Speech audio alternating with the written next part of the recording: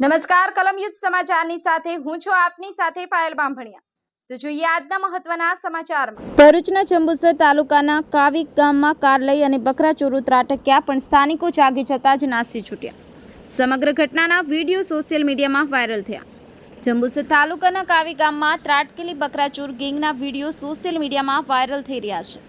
કાવી મુખ્ય પ્રવેશદ્વારથી મોટી મસ્જિદ વિસ્તાર પાસે શોકત મુસાના ઘર પાસે 5 થી 6 બકરા બાંધ્યા હતા। રાત્રિના 12 વાગ્યાના અરસામાં એક સફેદ રંગની કારમાં કેટલાક યુવાનો આવે છે અને તેમાંથી એક યુવાન ઉતરી અને ઘરના આંગણામાં રહેલા બકરાઓને ઉઠાવી અને કારમાં મૂકવા લાગે છે। એક ઘરના ઓટલા પરથી 4 થી 5 બકરા ઉઠાવી અને કારમાં મૂકવામાં આવે છે અને યુવાન બીજી બકરી ઉપાડવા જાય છે ત્યારે કારમાંથી બીજા બકરાઓ બહાર આવી ભાગી જાય છે। તસ્કરો બકરા ઉઠાવી રહ્યા હોય છે ત્યારે સ્થાનિકો જાગી જતા તેઓ કાર લઈ અને ભાગી ગયા હતા।